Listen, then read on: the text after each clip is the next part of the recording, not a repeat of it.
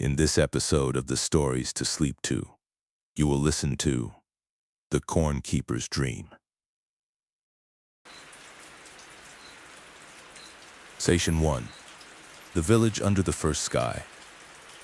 The village rested beneath the sky as it always had, held gently between forest and field, between what was shaped by human hands and what had never been shaped at all. At this hour, when the sun had lowered itself beyond the line of distant trees and the air cooled without ceremony, the land seemed to pause. Odd in stillness, but in balance. The sounds of the day softened rather than stopped, and the village breathed as one body preparing for sleep. The houses were simple, their walls woven from reeds and packed earth, their roofs layered with palm leaves gathered season after season from the forest edge. Each home faced inward toward narrow paths worn smooth by generations of bare feet.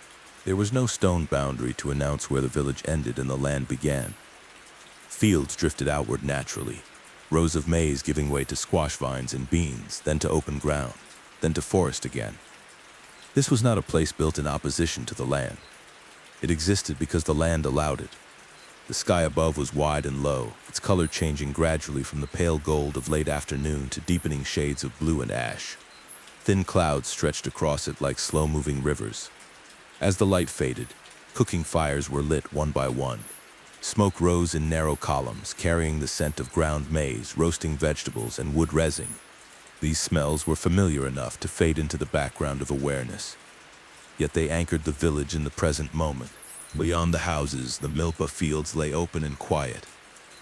Tall maize stalks stood in ordered rows, their leaves long and narrow, their edges dry enough to whisper when touched by the evening breeze. Between them grew beans that climbed the stalks patiently, and squash whose wide leaves rested close to the soil, shading it and holding moisture from the sun. This interwoven growth was not accidental. It was the result of knowledge refined slowly, tested by time rather than theory. Among these fields moved the corn keeper. He was young, though no one would have measured his age by counting seasons alone.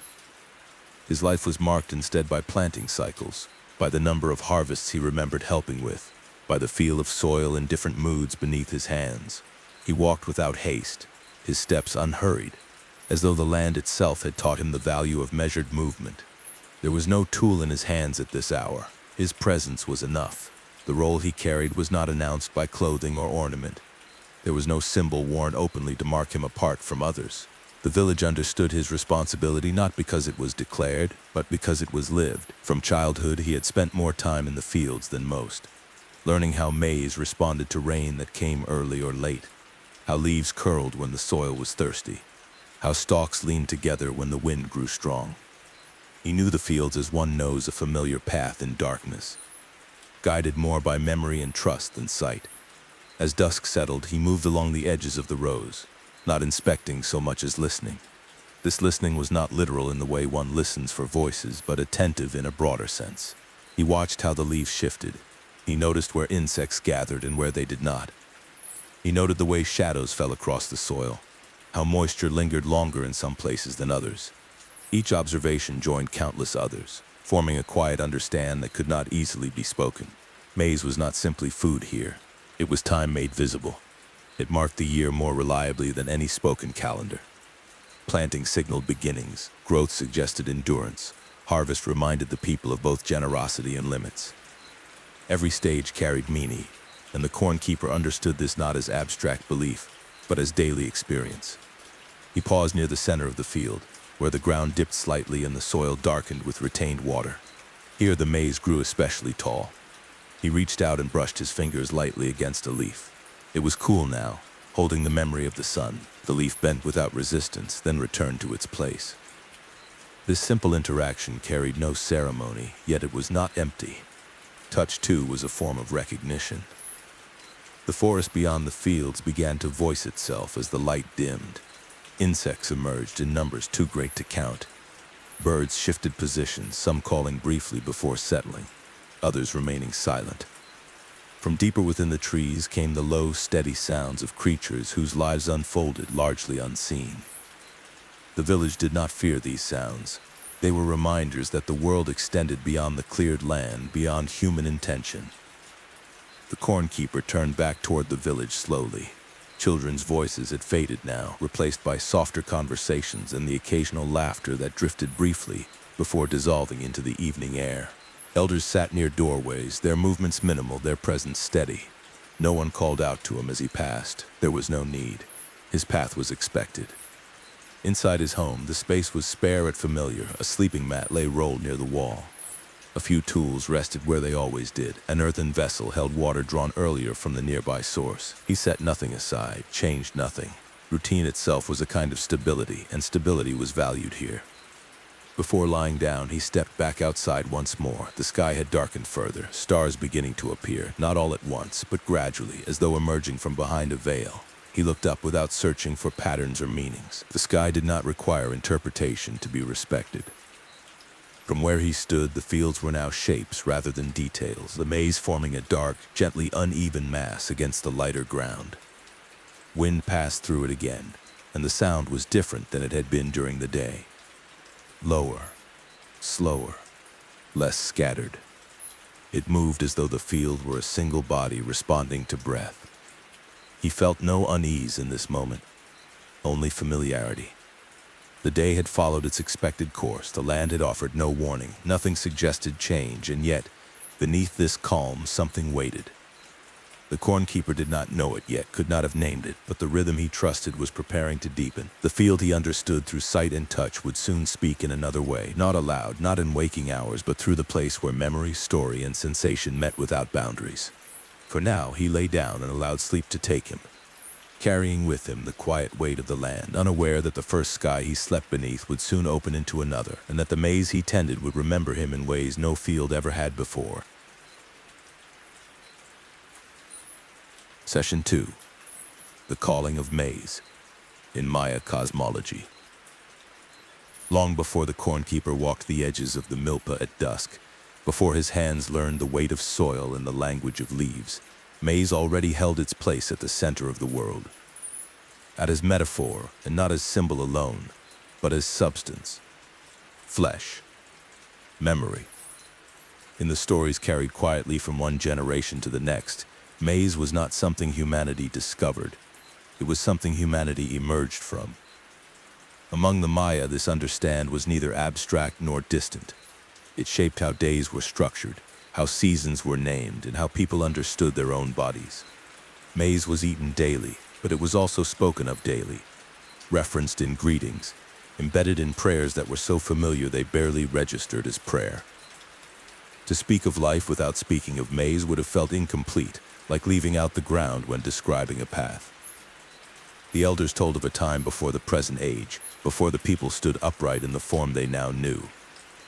In those early tellings, the world had been attempted more than once.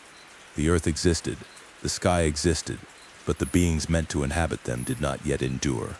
Some were shaped from mud, too soft to hold form. Others from wood, able to walk and speak, but empty in they understand. These beings moved through the world without awareness of where they came from or what sustained them. They did not remember the names of the powers that shaped them, nor did they honor the land beneath their feet. Because of this forgetting, those earlier creations did not remain. It was only when maize entered the shaping of humanity that balance was achieved. From ground kernels, soaked and softened, formed into pliable substance, the present people were made. Their strength came from the plant that anchored them to the land. Their endurance came from the cycles the plant obeyed. Their memory came from the fact that maize itself remembered seasons beyond any single lifetime. This was not told as allegory, it was told as origin. The cornkeeper had heard these stories since childhood, often while sitting near a hearth as night gathered, or while shelling dried ears with practiced hands. No one raised their voice when recounting them. They were not performances, they were confirmations. Each retelling reinforced an understand that already existed, deepening it rather than explaining it anew. Maize was present not only at the beginning of humanity, but throughout its continuation. Every stage of growth mirrored a stage of life. The planting of kernels echoed birth, each seed placed deliberately into the earth, covered gently, entrusted to darkness. Growth followed, slow at first, then unmistakable. Leaves reached outward, stalks thickened, tassels formed. There was no rushing this process. To attempt to hurry Maize was to misunderstand it. Harvest, too, carried layered meaning. It was not framed as loss, even though the plant was cut. It was understood as transformation. The stalk had given what it was meant to give. The kernels were not endings, but beginnings stored in a different form. Nothing was wasted. Even the dry husks and stalks returned to the field, feeding the soil that would one day hold new seeds. The gods associated with maize reflected this cycle of emergence, disappearance, and return. The maize deity was not distant or unchanging. He was shown in different ages, sometimes youthful and newly sprouted, sometimes mature and heavy with grain, sometimes broken open or descending into the earth. His story was not a straight line. It was a circle that passed through visible and invisible states. Images carved into stone and painted on vessels showed this cycle repeatedly. The maize god emerged from the earth's surface, hair shaped like ripening ears. He bent, fell, and rose again. These depictions were not reminders of a single event, but affirmations of a pattern the people witnessed every year in their fields. The cornkeeper understood this without needing to recite it. When he watched the fields change, he was watching the same narrative unfold again. The stories did not exist separately from the work. They were confirmed by it.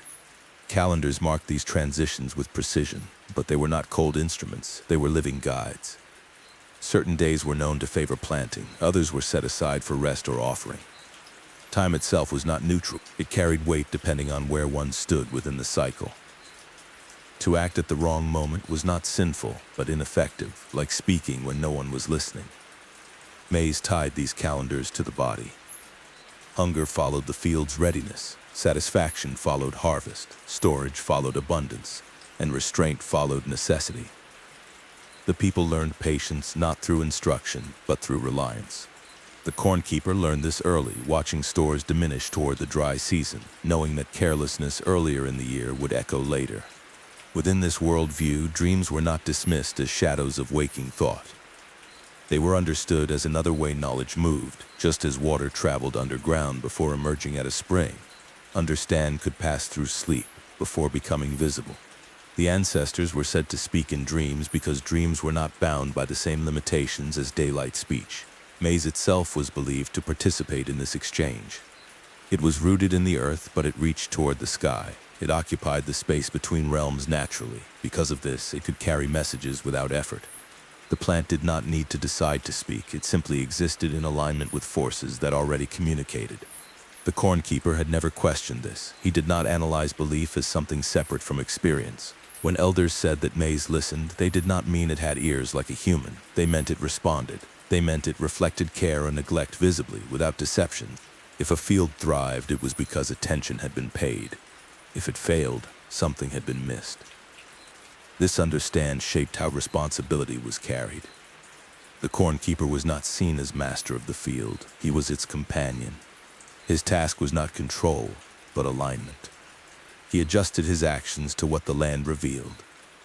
In doing so, he participated in the same reciprocal relationship the stories described. As night after night passed, and as the season held steady, these beliefs remained quiet in his mind, like stones at the bottom of clear water. Present, but undisturbed. What he did not yet realize was that this foundation, these stories, these cycles, this understand of maize as origin and continuation, had prepared him for something more immediate. The knowledge that had always been shared outwardly, through speech and practice, was preparing to move inward. The calling of maize did not arrive as a sudden break from tradition. It emerged from tradition itself, deepened by time, shaped by attention, waiting for the moment when the keeper of the field would hear it not as story, but as experience. And when that moment arrived, it would not contradict what he already knew. It would confirm it. Session 3. The First Dream. When Plants Speak. Sleep came to the cornkeeper without resistance. His days were shaped by labor that asked much of the body but little of the restless mind. And when darkness settled fully over the village, his thoughts followed the same rhythm as the fields. There was no struggle in letting go of wakefulness. No effort was required. The world simply softened, and he moved with it. At first, the dream did not announce itself as something separate. The beginning carried the same textures as memory. He was standing at the edge of the milpa, as he had countless times before, the ground cool beneath his feet, the night air faintly damp. The maize rose before him in familiar rows, their silhouettes dark against a sky filled with low, steady stars. Everything was as expected. Nothing felt heightened, nothing demanded attention. This continuity was important. Dreams, as they were understood, did not arrive clothed in spectacle. They slipped into awareness quietly, borrowing the shapes of ordinary life. The cornkeeper did not realize he was dreaming because there was no sudden shift. The field looked as it always did at night. The wind moved as it always had. The difference lay elsewhere. He walked forward, parting the rows gently, his hands brushing leaves that felt heavier than usual, as though they carried more of the night within them. The sound of the leaves was softer than memory suggested, less scattered, more unified. The field did not rust in fragments. It breathed. This was when the first sensation arrived. It was not a voice, yet. It was pressure, subtle and steady, like the awareness of someone standing close behind without touching. The cornkeeper slowed, not out of fear, but instinct. His body recognized presence before his mind attempted explanation. He stopped between two rows, surrounded by tall stalks that closed around him, narrowing his view of the sky. The pressure deepened, spreading outward rather than inward. It did not weigh on his chest or tighten his breath. Instead, it settled into the space around him, filling the field as water fills a basin. The cornkeeper became aware that the silence had changed. It was no longer empty. It was attentive. He did not speak. In waking life, one did not speak into the fields at night without reason. Words were used carefully, not scattered. So he waited. The response did not come from a single place. It did not rise from one stalk or travel on the wind. It emerged from the field as a whole, a sensation that moved through soil and root and stem at once. When it resolved into sound, it was not sound shaped like human speech. It was layered, textured, slow. I am here. The words did not enter through his ears alone. They arrived through the soles of his feet, through the space between his ribs, through the memory of hands pressing kernels into soil. The voice was not separate from the field. It was the field, recognizing itself. The cornkeeper did not step back. Fear did not take hold. What he felt instead was recognition without familiarity, like seeing a reflection move before understand the mirror. The voice carried no urgency. It did not command. It did not explain. It stated presence, nothing more. He swallowed, breath steady, and waited again. You have walked among us since you could walk, the field continued, not louder, not softer. The tone did not change. Only the depth of attention shifted. You have placed us into the ground. You have returned what was taken. You have watched and learned without naming. The cornkeeper's hands tingled faintly, as though recalling every motion they had ever made in the soil. He remembered the resistance of earth at the start of the rainy season, the ease of planting after the first storms, the careful lifting of ears at harvest, fingers find the right angle without thought. He realized then that the field was not describing these actions as tasks. It was describing them as relationship. You did not speak to us because you did not need to, the voice continued. Listening has many forms. The sky above shifted, though no clouds passed. The stars seemed farther away now, dimmer, as though the field had grown taller around him. The maize rose higher than it ever had in waking memory, their tassels brushing darkness that no longer felt like sky at all, but depth. The cornkeeper felt smaller, but not diminished. The sensation was closer to being held than being overshadowed. He thought of the stories told by elders, of maize as origin, as flesh, as memory. He had never imagined those stories spoken back. They had always moved outward, from mouth to ear, from hand to hand. Now they moved inward. Why now? The question formed without words, shaped by curiosity rather than doubt. Because cycles reach their fullness, the field answered. Because attention accumulates. Because what is tended begins to tend in return. The ground beneath him warmed slightly, not with heat, but with density. He could feel layers beneath the surface, roots intertwined, soil packed and loosened. Fragments of past harvests returned and broken down. Time existed here not as sequence, but as presence. Everything that had ever grown in this place remained, transformed. The cornkeeper became aware of movement beyond sight, not creatures, not spirits in human shape. Processes, growth, decay, absorption, release. The field was not showing him images. It was sharing sensation, allowing him to feel what it felt, This was when sound shifted into language fully. We remember those who worked before you. The words carried weight now, not emotional, but cumulative. Memory pressed gently against him from all sides, not as images of faces or names, but as patterns of care repeated across generations. Hands different from his own, yet familiar in movement. Steps taken along the same paths. Pauses made in the same places. You are not the first to listen, the field said, but you are listening now. The cornkeeper felt a subtle change within himself, a loosening of boundaries he had not known were there. He did not feel chosen. That idea did not apply. He felt aligned, as though something he had been doing unconsciously had finally been noticed. He remained still as the field continued. What grows from us feeds the body. What remains feeds the ground. What is remembered feeds continuity. The words did not demand response.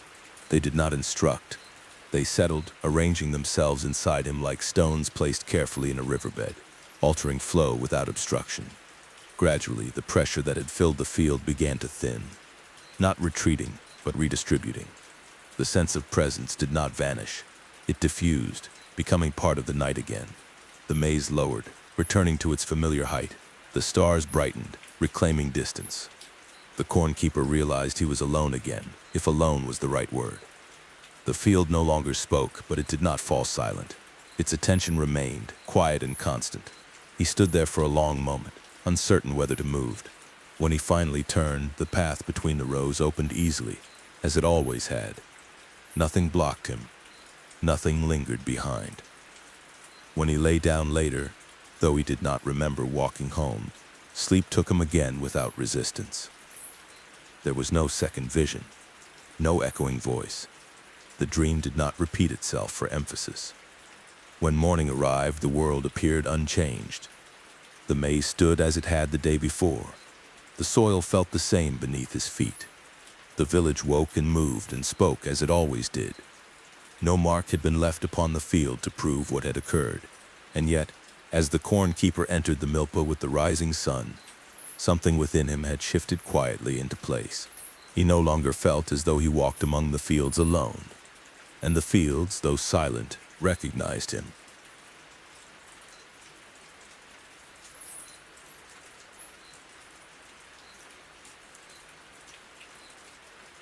Session 4. Dreams within dreams. Maya. Concepts of time. After the first dream, the nights did not change all at once. There was no immediate return of the voice, no repetition meant to convince or persuade. Days passed in their expected order. The cornkeeper rose with the light, entered the fields, and worked as he always had. If his hands moved with slightly greater attentiveness, if his pauses lingered a moment longer, no one remarked upon it. Such changes were subtle enough to be mistaken for nothing at all. What did change was the way sleep settled around him. When he closed his eyes, rest no longer felt like a boundary between waking and dreaming. It felt like a gradual widening, as though the space inside him expanded to meet something waiting beyond sight. Dreams did not arrive abruptly. They unfolded. In the understand passed down through his village, time was not a line stretching endlessly forward. It was a turning, a returning. Days repeated, but never identically. Seasons cycled, yet each carried the memory of the last. What had been was never fully gone. It remained present in altered form. This understand shaped how the cornkeeper experienced what came next. The second dream did not resemble the first. He found himself standing in the milpa again, but the field was smaller now, its edges closer, its rows uneven. The maize was shorter, less uniform, its leaves broader and rougher. The soil beneath his feet was darker, heavier with moisture. He did not question these differences. Recognition came without analysis. This was the same land, but earlier. He moved forward, and with each step, sensation shifted. The air grew warmer. Insects buzzed close to his skin. The smell of earth was stronger, less settled. He became aware of others nearby, though he did not see them at first. When he did, they were not arranged as villagers were now.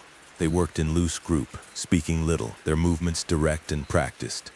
He understood then that he was not observing from outside. He was present within a memory the land still held. No one noticed him, and this absence of recognition did not trouble him. He was not meant to be seen, he was meant to experience. He watched hands place seeds into the ground, spacing them carefully, covering them gently. He felt the same intention he carried in his own work, unchanged despite the difference in time. The dream did not linger on faces, it lingered on action. The scene shifted without warning. There was no sense of movement between places, only the awareness that something had turned. The field was taller now. The maize stood high and full, tassels catching light that felt sharper, more direct. Beyond the field rose structures of stone, the surfaces pale and clean, the edges newly cut. This was a time of expansion.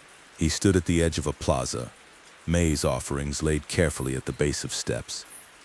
People moved with purpose here, their clothing more adorned, their gestures more formal. The cornkeeper recognized patterns he had seen carved into stone and painted on pottery, now animated by motion. The maize god appeared here not as figure, but as presence. His influence moved through the scene in the way attention moves through a room. The cornkeeper felt it in the alignment of bodies, in the careful timing of actions. Ritual and agriculture were not separate. They were two expressions of the same understand. Again, the dream turned. Now the field lay quiet, partially reclaimed by forest. Maize grew in smaller patches interspersed with young trees. The structures beyond were weathered, their edges softened. Moss and vines claimed surfaces once kept clear. The air was cooler, the sounds fewer. The cornkeeper felt no loss in this image, only transition. People still tended the maize. The methods had adjusted, but the intention remained. Care had not vanished with change. It had adapted. The field endured not because it resisted time, but because it moved with it. The dream folded inward then, layering moments without order. The cornkeeper experienced planting and harvest, growth and decay, emergence and return, not as sequence, but as coexistence. All states existed together, each informed the other. He felt himself standing in the present and the past at once. His own hands overlapped with others, different in shape, identical in purpose. He sensed the accumulation of effort across generations, each small action adding weight without burden. Within this layered experience, the field spoke again, though not in words. Understanding arrived as alignment. Time was not something that passed over the land. It was something the land held. The cornkeeper sensed how calendars marked these cycles not to control them, but to remain attentive to their turning. Days carried qualities because they participated in broader movements. Action taken in awareness resonated beyond the moment it occurred. He understood now why elders spoke of right timing rather than right action. The same movement, performed without attention to the cycle, lost its effectiveness. Harmony was not achieved through effort alone, it emerged from listening. The dream did not end sharply. It receded, leaving impressions rather than conclusions. When the cornkeeper woke, dawn was already lifting the horizon. His body felt rested, but his awareness lingered somewhere wider than before. In the days that followed, he found himself perceiving time differently. He noticed echoes of earlier work in the present growth of the field. He sensed future harvests in the way leaves unfurled. The field no longer felt anchored solely in the now. He did not speak of this to anyone, not because it was secret, but because it did not require explanation. The understand had not arrived as information. It had arrived as orientation. The dreams continued, each one folding into the next, not escalating, not repeating. They deepened rather than expanded. Each revealed another layer of how land, time, and memory existed together without hierarchy. The cornkeeper remained what he had always been, but he now stood within a wider turning, aware that every step he took echoed both backward and forward, held gently within the patient attention of the field itself. Session 5. The Voices of Ancestors in the Corn. The dreams did not arrive every night. Their absence was as deliberate as their presence. Some evenings passed with ordinary rest, unmarked by memory or vision. On those mornings, the cornkeeper rose without residue, his thoughts aligned cleanly with the day before him. He learned not to wait for the dreams, just as one does not wait for rain. They came when conditions were right. When the next dream did arrive, it carried a different weight. He found himself kneeling in the field at first light. Dew clung to the leaves, each drop holding the faint reflection of the sky. The maize stood at varying stages of growth, some stalks tall and tasseled, others still forming their leaves. This coexistence no longer surprised him. It felt correct. As he rested his hand against the base of a stalk, sensation deepened. The plant did not speak immediately. There was first the sense of pressure, of shared balance. The cornkeeper felt how the stalk bore its own weight, how it adjusted subtly against the soil and air. His breath slowed in response, matching the rhythm of this quiet stability. Then memory surfaced. It did not arrive as voice, but as presence shaped by familiarity. The awareness carried the tone of elders who no longer walked the village paths, but remained close enough to influence them. The cornkeeper did not see facings. He felt patterns of attention, habits of care repeated until they became identity. The maize held these impressions without strain. He understood that the field was not only planted with seed, but with accumulated action. Every harvest left behind more than stubble. Intention remained embedded in the soil, layered gently rather than buried. The ancestors did not reside in a separate realm. They persisted within the continuity of work. As the dream deepened, distinct impressions emerged. One carried patience, sharpened by years of drought. Another bore steadiness, shaped by abundance. These were not stories told in sequence. They were states of being, transmitted without language. The cornkeeper sensed how these impressions guided decision-making long after their origin. A certain spacing between seeds, a preference for planting just before the expected rain, a pause taken before harvest, allowing the maize to fully mature. None of these practices belonged to a single individual. They were the collective inheritance of those who had tended the same land. In the dream, the field expanded beyond his immediate sight. He felt the presence of other fields, other villages, connected through shared maize varieties and exchanged knowledge. The ancestors did not form a single lineage. They were many, intersecting across regions and generations. This understanding did not diminish his place within the present. It clarified it. He was not continuing tradition by imitation. He was participating in an ongoing conversation between land and people. The voices within the corn did not instruct. They resonated. They adjusted his awareness rather than directing his actions. The dream shifted gently. He found himself standing at the edge of a clearing where maize cobs were laid out to dry. Hands moved methodically, turning each cob to ensure even exposure. The cornkeeper recognized these movements from waking life. In the dream, they carried added depth. Each cob held not only nourishment, but record. Variations in color and size reflected seasons of difference. Some bore marks of resilience. Others showed the influence of careful selection. Together they formed a quiet archive. The ancestors were present here too, not as observers, but as participants whose choices still shaped the harvest. The cornkeeper felt gratitude without sentimentality. Appreciation arose from recognition rather than emotion. He sensed how this continuity extended forward as well. His own actions would one day persist in similar fashion, not as memory held by people, but as pattern embedded in the land. This realization did not burden him, it grounded him. The dream offered no judgment. There was no measure of worth. Participation itself was sufficient. When the corn spoke again, it did so through alignment. The cornkeeper felt his posture adjust, his breathing deepen, attention sharpened without tension. He understood that listening did not require effort, it required availability. The ancestors did not linger once their presence was felt. The dream allowed them to recede naturally, leaving behind a strengthened sense of orientation. The field remained, unchanged in appearance yet richer in mien. Upon waking, the cornkeeper carried this awareness into the day.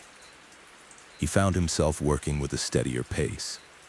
Decisions arose more easily, not because answers were provided, but because his attention had widened. He noticed how others moved within the field.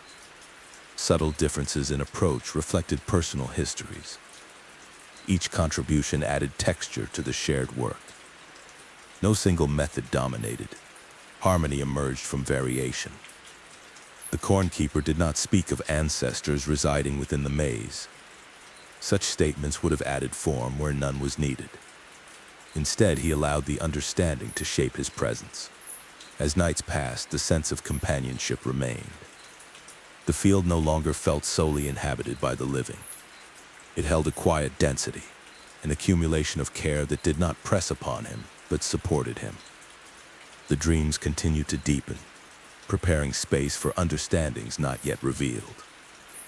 The cornkeeper remained attentive, grounded in his role, aware that what spoke through the maze was not separate from his own attentive sciences. Session 6. Rituals of Tending. Daily Acts as Sacred Practice. In waking life, nothing outwardly changed. The cornkeeper continued to rise before the sun, wash his hands, and step into the cool air of early morning. The path to the fields remained familiar beneath his feet.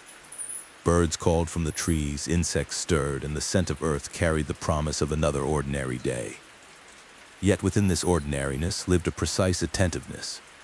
Ritual, as understood by his people, did not belong solely to designated moments or special spaces. It emerged wherever action aligned with awareness. The cornkeeper did not separate his work from reverence. He did not mark each task with spoken prayer. Instead, ritual unfolded through consistency, posture, and timing. He began each morning by observing the field before touching it. This pause was brief but intentional. He allowed his eyes to move slowly across the rows, noting subtle changes: a leaf curled more tightly than the day before, soil disturbed by a small animal, moisture lingering longer in shaded areas. These observations guided his actions without conscious calculation. Planting, when it came, followed patterns refined through generations. Seeds were selected not only for size and health, but for memory. Certain kernels were set aside because they carried resilience from difficult seasons. Others were chosen for the ability to thrive in specific patches of soil. The cornkeeper understood these distinctions not as abstract knowledge, but as familiarity. Before placing each seed into the ground, he loosened the soil gently, ensuring it could receive without resistance. He pressed the seed into place with care, covering it with earth that was neither packed too tightly nor left loose. This balance mattered. It reflected an understanding of support without constraint. These actions did not require ceremony to hold meaning. Weeding was approached with similar attentiveness. Not all plants that grew among the maize were removed. Some were allowed to remain, their presence contributing to soil health or deterring pests. The cornkeeper distinguished between growth that supported and growth that competed. This discernment was practiced quietly, guided by observation rather than rule. As he worked, his movements settled into a rhythm that matched the pace of the field. He did not hurry. Neither did he linger unnecessarily. Efficiency arose naturally from familiarity. Each motion carried intention without strain. Harvest, when the time arrived, was treated with equal care. The cornkeeper waited for signs rather than dates. He observed the color and dryness of the husks, the firmness of the kernels, the angle of the sun as it moved across the sky. Only when these aligned did he begin. He approached each stalk with acknowledgement. This did not take the form of spoken thanks. It lived in the way he supported the plant as he removed the ear, ensuring the remaining stalk was not damaged. Even after the ear was taken, the plant retained its role within the field, returning nutrients to the soil as it decomposed. Offerings accompanied certain stages of this work, but they were integrated seamlessly rather than treated as separate acts. A portion of the harvest was set aside, placed at the edge of the field or near household altars. These offerings were modest, reflecting sufficiency rather than excess. The cornkeeper understood that abundance was not measured by surplus alone. It was measured by balance. Calendrical awareness informed these practices without dominating them. The turning of days carried qualities that influenced when certain tasks were best undertaken. These were learned through observation and reinforced through communal knowledge. The cornkeeper did not consult carved stone or painted bark books. He embodied the calendar through lived experience. Certain days encouraged rest or lighter work. Others supported more demanding tasks. Aligning effort with these rhythms reduced resistance. Work performed in harmony required less force. During periods of drought or excessive rain, ritual adapted. There was no insistence on maintaining form when conditions shifted. Flexibility was not viewed as failure. It was a necessary expression of respect for the land's current state. The cornkeeper participated in communal rituals as well. These gatherings reinforced shared responsibility and collective memory. Songs were sung, not to command the field, but to attune the people to one another. Movement and voice aligned bodies within a common rhythm. These moments strengthened bonds without creating spectacle. At home, the preparation of maize continued the ritual cycle. Grinding kernels on stone required patience and steady pressure. The sound of stone against stone carried familiarity that soothed rather than distracted. Meals prepared from the harvest reinforced the connection between effort and sustenance.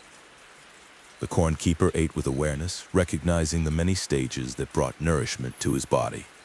This recognition did not slow his eating, it deepened his presence. Through these daily acts, the boundary between sacred and practical dissolved. The field did not require reverence because it was revered. Care itself was the expression. The dreams continued alongside this work, but they did not replace it. Instead, they refined the corn keeper's attentiveness, aligning his actions more closely with the rhythms already present. Ritual did not elevate him beyond his role, it grounded him more firmly within it. As seasons progressed, the field responded. Growth remained variable, influenced by weather and circumstance. Yet the corn keeper sensed a steadiness beneath these changes. The land recognized consistency. This mutual recognition required no affirmation. It existed quietly, expressed through continued growth and sustained care. The corn keeper remained devoted to his tasks. Understand that ritual lived not in distinction, but in repetition shaped by awareness. Each day reaffirmed the simple truth that tending, when performed with attention, was itself a form of listening. Section 7. Seasons of loss and renewal change arrived without announcement. It began with subtle absences rather than sudden disruption. Morning dew thinned earlier than expected. Clouds passed without releasing rain. The soil, once pliant beneath the corn keeper's hands, resisted pressure, breaking into lighter fragments that carried away on the breeze. The corn keeper noticed these signs without alarm. Variability was not unfamiliar. The land had always shifted between generosity and restraint. What mattered was not the presence of difficulty, but the manner in which one remained attentive within it. Days lengthened. The sun climbed higher, its warmth pressing steadily rather than harshly. Leaves responded first, their edges curling inward to conserve moisture. The maize adjusted its posture, drawing resources inward, slowing visible growth. The corn keeper adjusted as well. He altered his pace, working earlier and late in the day to avoid unnecessary strain on the plants. He disturbed the soil less frequently, preserving what moisture remained. These decisions were not made in isolation. They arose from observation reinforced by memory, his own and those carried quietly within the field. Loss when it came was partial. Some stalks failed to reach full height. Others produced smaller ears. The field's variation increased, revealing differences that abundance often concealed. The corn keeper accepted these outcomes without resignation. He recognized them as expressions of the season's particular balance. In the nights, dreams reflected this shift. He found himself walking through the field beneath a sky heavy with unspoken weight. The maize stood thinner here, its spacing wider. The field felt quieter, its usual density reduced. Yet beneath this quiet lay a steadiness that had not vanished. The corn spoke then, not with reassurance, but with presence. The awareness carried acknowledged constraint without resistance. The field did not struggle against the season. It adjusted within it. Through the dream, the corn keeper sensed other times of scarcity layered alongside the present. Drought that had shaped planting methods, storms that had required replanting, periods of uncertainty that had refined communal resilience. These memories did not linger as warns, they existed as context. The dream turned gently, revealing renewal not as sudden reversal, but as gradual return.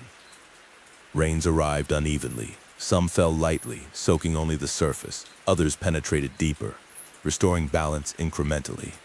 The field responded with measured growth, leaves unfurling slowly, conserving energy. In waking life, the corn keeper participated in communal efforts to redistribute labor and resources.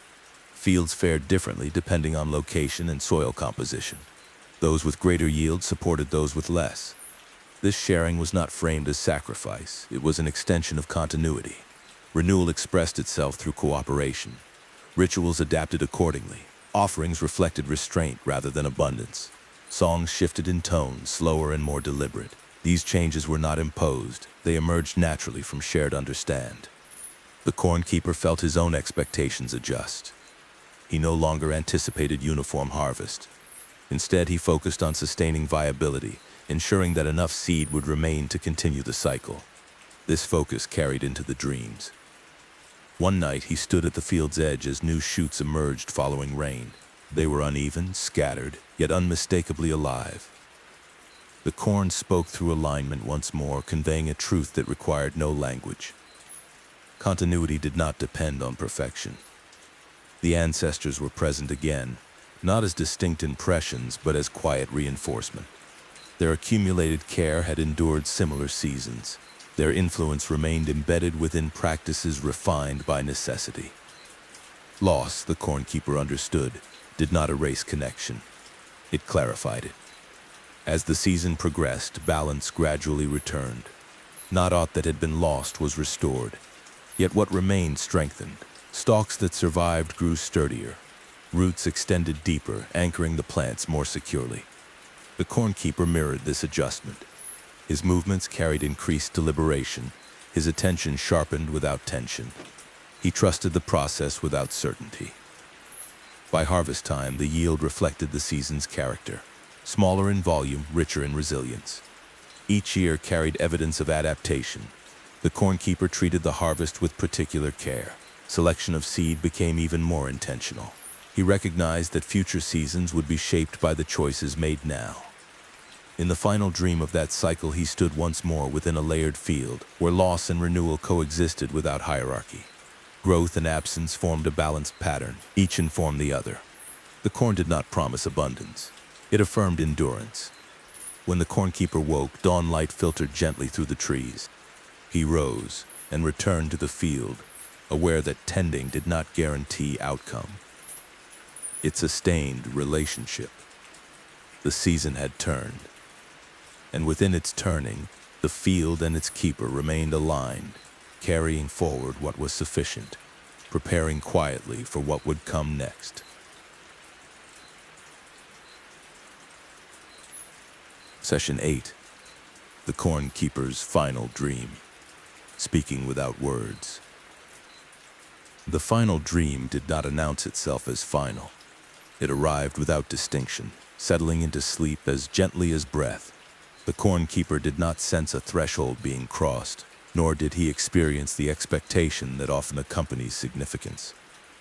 What unfolded did so with the same quiet patience that had marked the dreams before it.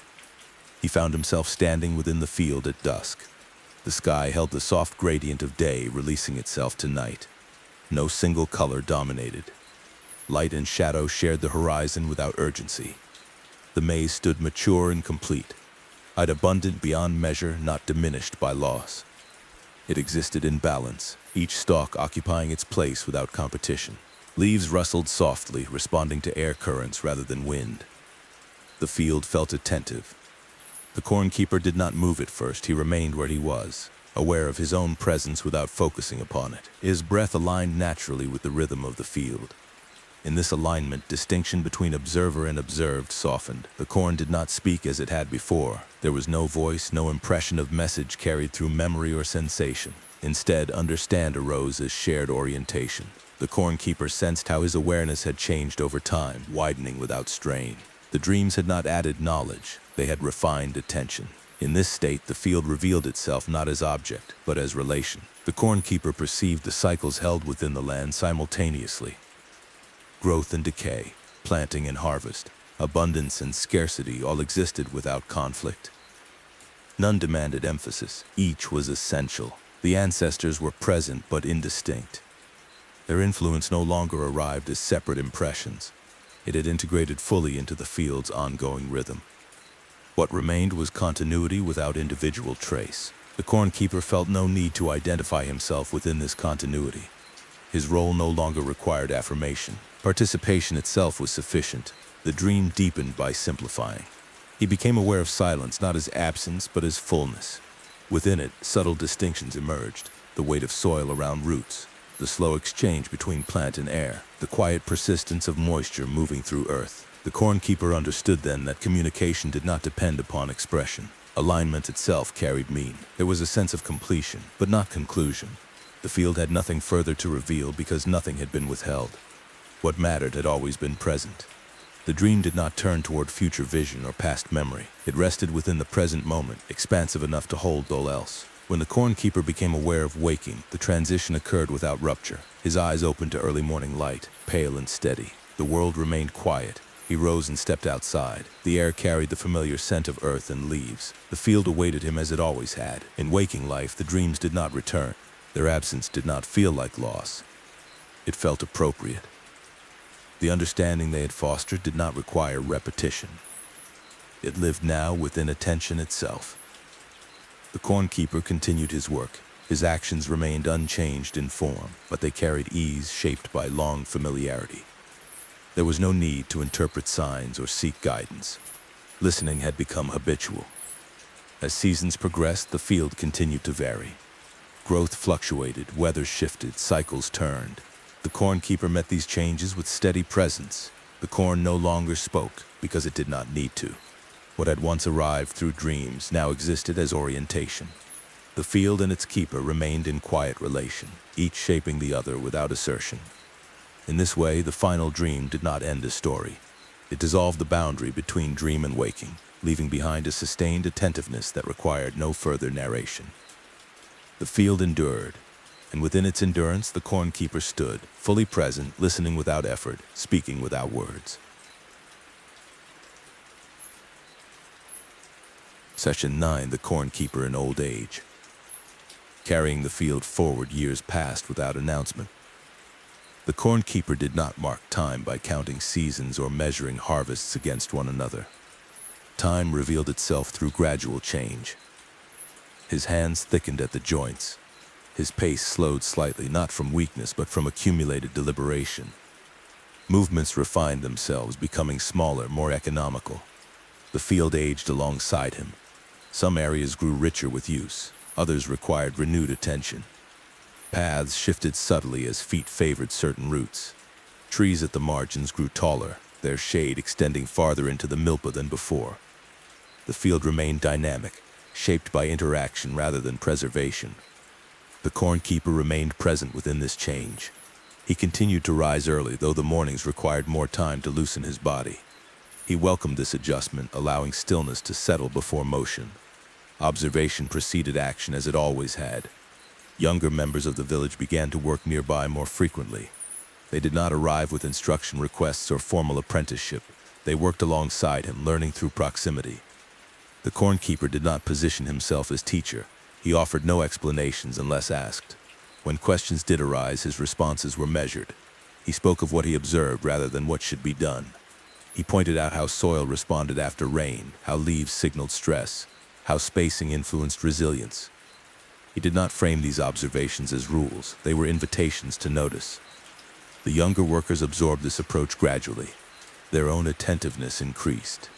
Mistakes occurred, were corrected, and folded into understand without emphasis. The cornkeeper understood that knowledge transferred best when embedded within action.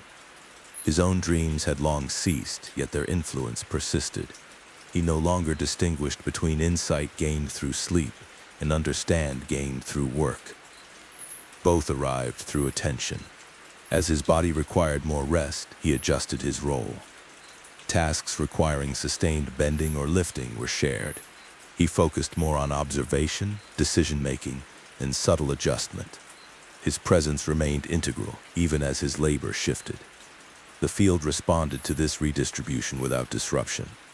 Continuity did not depend upon identical contribution. It depended upon responsiveness.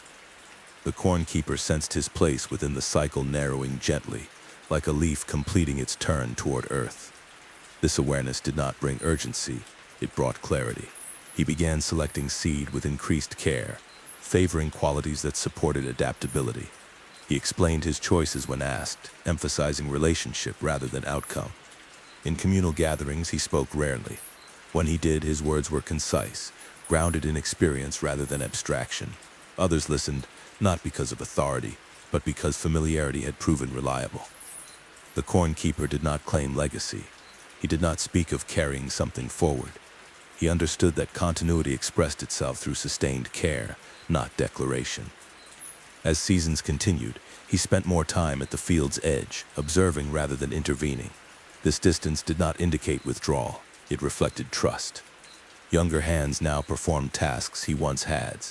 Their movements carried variation, shaped by their own experiences. The field accommodated these differences, responding as it always had. The corn keeper felt no need to correct every divergence. He recognized the difference between change that disrupted balance and change that expanded it. On certain mornings, he rested beneath the trees at the field's margin, listening to the quiet movement of growth. These moments required no participation to hold meaning. He understood that the field would continue without him, not because his work was insignificant, but because it had always been collective. The ancestors he once sensed within the corn now felt closer, not as presence, but as alignment. He stood within the same continuity they had once inhabited. As age progressed, his work narrowed further. Eventually, he no longer entered the field daily. Others assumed those responsibilities fully. He observed from distance, offering guidance only when invited. This transition unfolded without ceremony. The corn keeper accepted it as part of the cycle he had long tended. The field had taught him that withdrawal did not signify absence. It marked transformation. In this way, old age became another form of participation. The corn keeper remained attentive, grounded, and present, carrying the field forward not through action alone, but through sustained orientation toward care. The cycle continued, and within it the corn keeper rested, content within the knowledge that what mattered endured without requiring his constant presence. Section 10. The Field. At dawn, continuity without end. Dawn arrived as it always had, without urgency. Light moved gradually across the land, softening the edges of trees and lifting the night's cool from the soil. Mist lingered low where moisture had gathered, drifting gently between rows of maize and along the margins of the field. Birds called from unseen branches, their voices measured and familiar. The field stood ready, not for harvest or planting alone, but for another ordinary day within a long turning. The corn keeper was awake before the sun fully cleared the horizon. His movements were slower now, shaped by age and familiarity, yet steady. He stepped outside and paused, allowing the morning to settle around him. The air carried the scent of earth, leaves, and distant smoke from cooking fires beginning elsewhere in the village.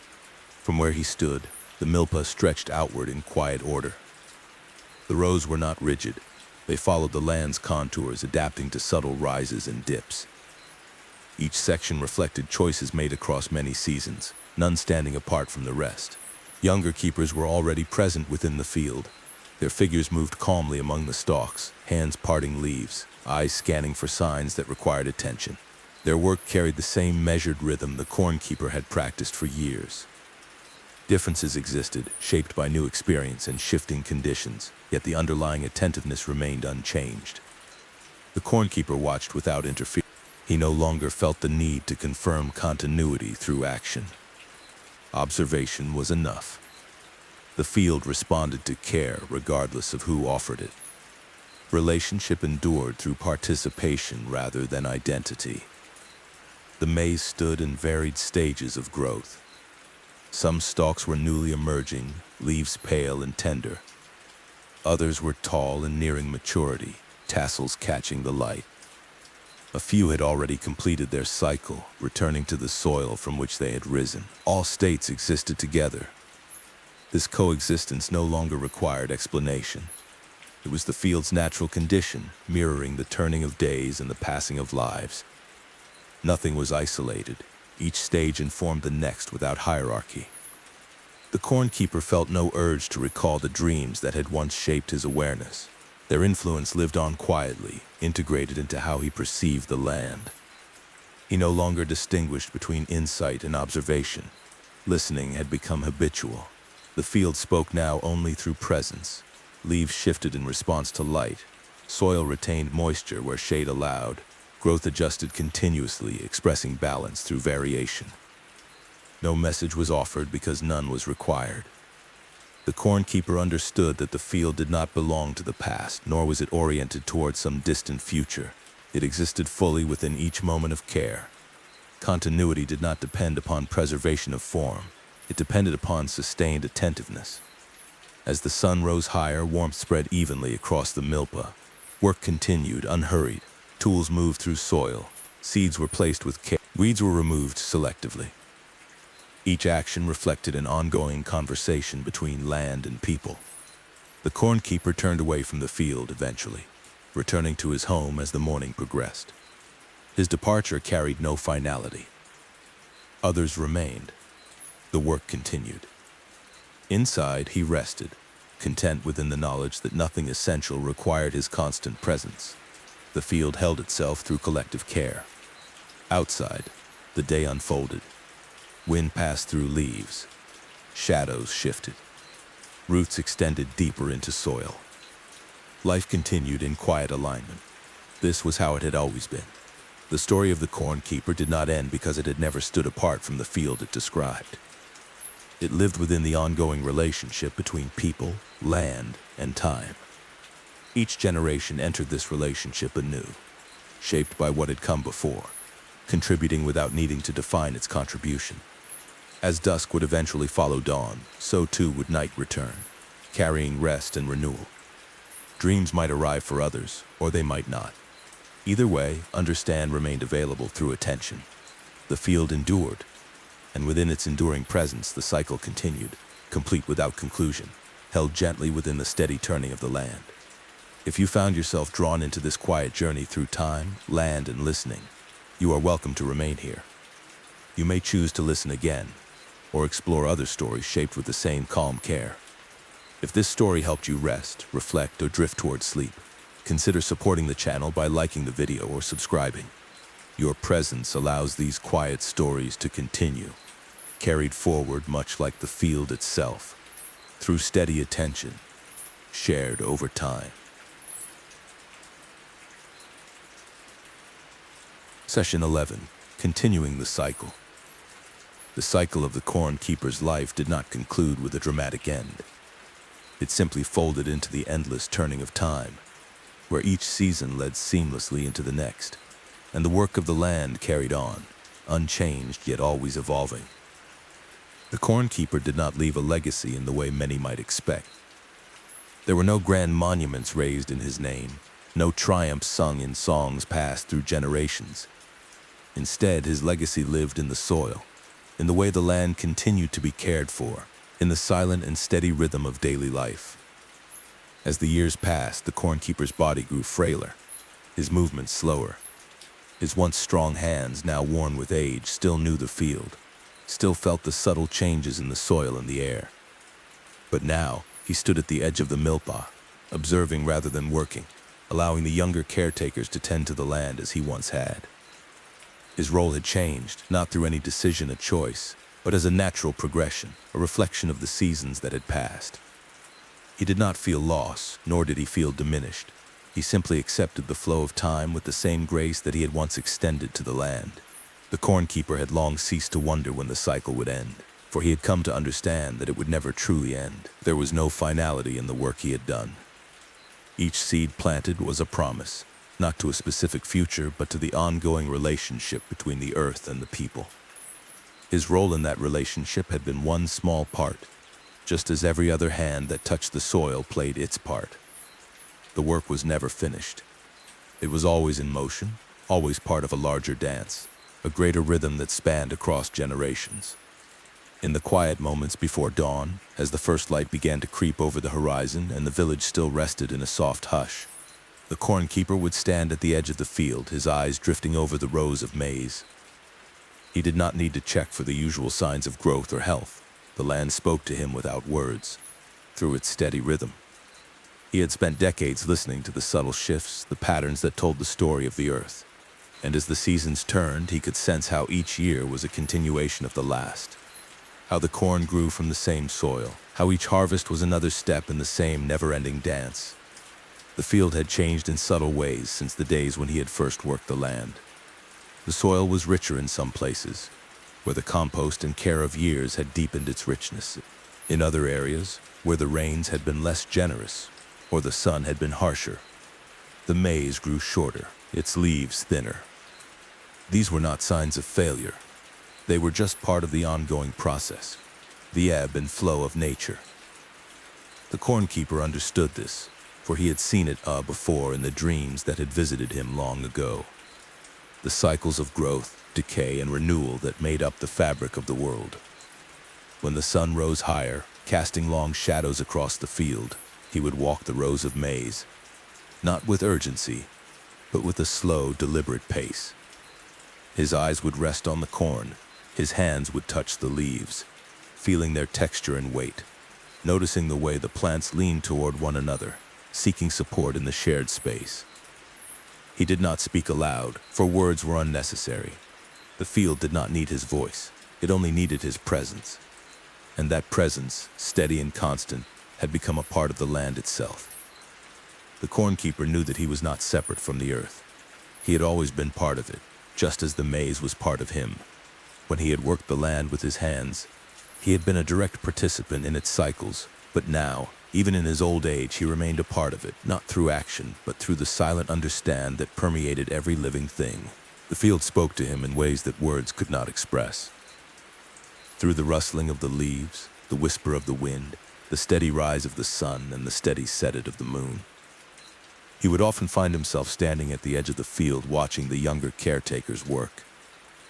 They moved with the same rhythm that he had once moved with, their steps deliberate, their actions graceful, their connection to the earth as instinctual as breathing. He did not feel the need to instruct them. They had learned from the land just as he had. They would continue the work he had started, just as he had continued the work of those who had come before him. The cycle was unbroken. The cornkeeper understood that he had not been the beginning of this work, nor would he be the end. His life had been one small thread in the great tapestry of time.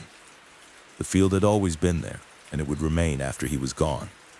His role, like the role of every caretaker who had ever tended the land, had been to keep the cycle moving, to care for the land and the maize with attentiveness and reverence. When he passed, the field would continue. The maize would still grow, the soil would still shift with the seasons, the rains would still fall, and the sun would still rise and set. The work was never finished. It was always continuing, always moving forward.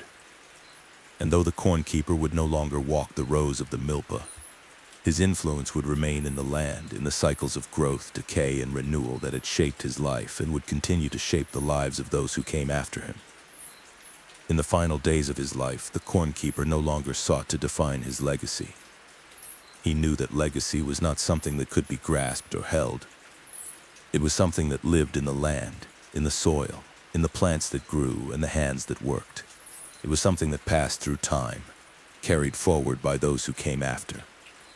His legacy was not his alone. It was a collective effort, passed down through generations, like the seeds that were planted each year, like the dreams that had once whispered to him in the quiet of the night. When the time came for him to rest, he did so without fear or regret. He had lived his life in harmony with the land, in quiet partnership with the maize. He had fulfilled his role not through grand gestures, but through consistent care and steady attention. And as he closed his eyes for the final time, he knew that the cycle would continue, that the land would remain in the hands of those who would care for it, just as he had done. The cornkeeper's dream was not a single moment in time. It was an ongoing cycle, a quiet rhythm that would continue long after he had gone. And in that continuation, he was forever a part of the earth, a part of the maize, a part of the endless turning of life. And so, as the cornkeeper's life quietly folded into the land, the cycle began again, not in a new direction, but in the same direction it had always traveled. And that journey, that gentle, unhurried journey through time, continued. If this story has helped you find a peaceful moment in your day, allowed you to rest or reflect, we invite you to join us again. Like, subscribe, and let this quiet cycle continue. The story of the cornkeeper lives on, and so do you. Part of the great ongoing turning of the land, the maize, and the people who care for it.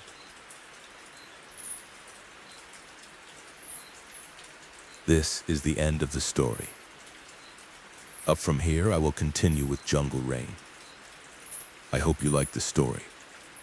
If you do so, please like and subscribe to my channel.